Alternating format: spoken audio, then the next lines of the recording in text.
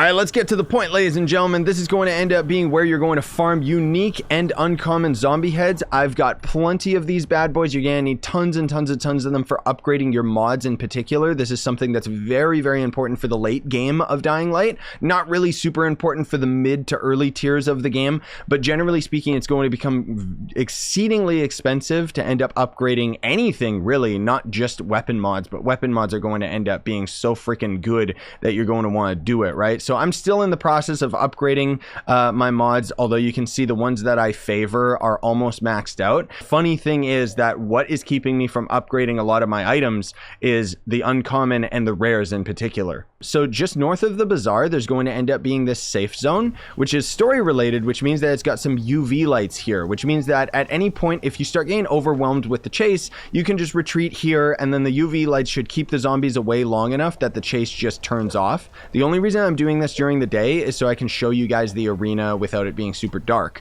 But this bridge right here is going to act as your bottleneck. You can pretty much just end up messing around on these two roofs right here, and you'll just have constant waves of zombies spawning in, because basically what you're going to want to do is at night, you're going to jump down into the streets and go and aggro a bunch of howlers so that you can then end up having a chase initialize, and then so long as the mobs will continually spawn fast enough and you kill them over and over and over again, you'll just have the chase levels increase.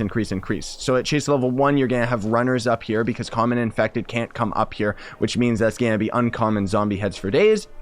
At chase level 2, it's going to be more runners. Chase level 3, volatile can start spawning, and they'll actually spawn from here, down here, and down here. So you might have to run back and forth between these two roofs here and there, because sometimes you'll kill them too quickly and the chase will start to go away just because there's no enemy mobs that are spotting you. So if you just kind of hop back and forth between the roofs, usually you'll have another zombie spawn quick enough. Just make sure you don't kill it immediately, and make sure that it spots you just so it can refresh the chase timer. And if you can last until chase level 4, that's where you start getting into the big money, because at chase level 4, the chase sequence itself can never go away until you end up getting to a safe area. But it can also be very deadly because you're not going to have any more runners spawn. It's literally going to be nothing but volatiles. And believe me, even with end game gear, if you don't keep these guys under control, you will become overwhelmed and they will wreck your face. I cannot recommend that you use melee on these enemies because they got a lot of moves that can just stun lock you and just do some really cheaty stuff.